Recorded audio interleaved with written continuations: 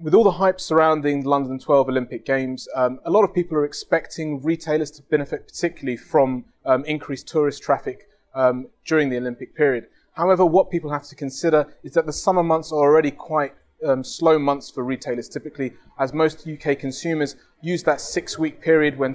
children are off on holiday to go abroad. That will mean that a lot of consumers will not be in town for the Olympics. However, that will largely be offset by an increase in the number of tourists who are coming specifically to see the London 2012 Olympic Games.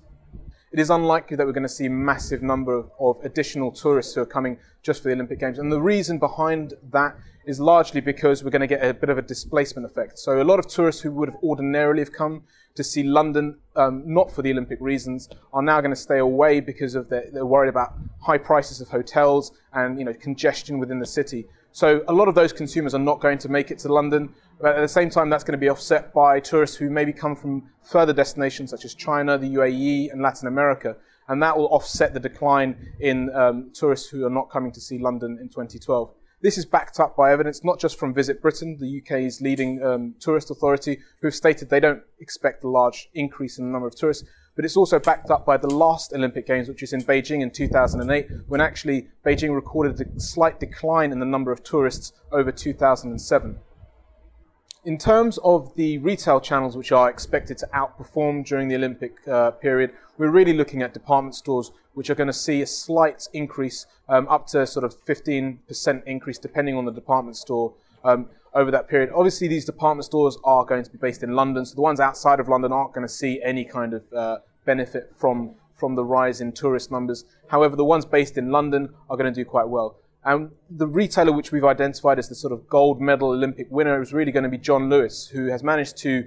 gain a sponsorship with the London Olympic Games, and therefore it's going to be able to associate itself directly with the Olympics and push itself as an Olympic retailer. Next, the apparel specialist retailer is also closely associated with the Olympics due to its sponsorship of the Olympic Games, and therefore they're going to be able to market themselves also as an Olympic retailer, and particularly given that they sell clothing, that's really going to benefit them as a retailer.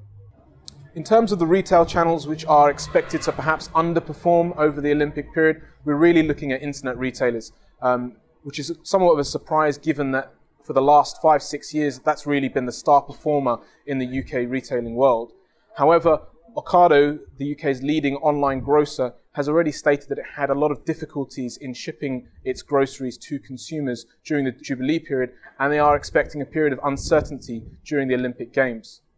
So overall, UK retailing is expected to be really a zero-sum game. Perhaps we might see a slight increase in the amount that's being spent in the UK, and that's largely as a result of the different kind of tourists coming over who's willing to spend on the Olympic Games. Overall, department stores are going to benefit from this increase in tourist traffic, but at the same time, channels like convenience stores and perhaps internet retailers are going to suffer during this period.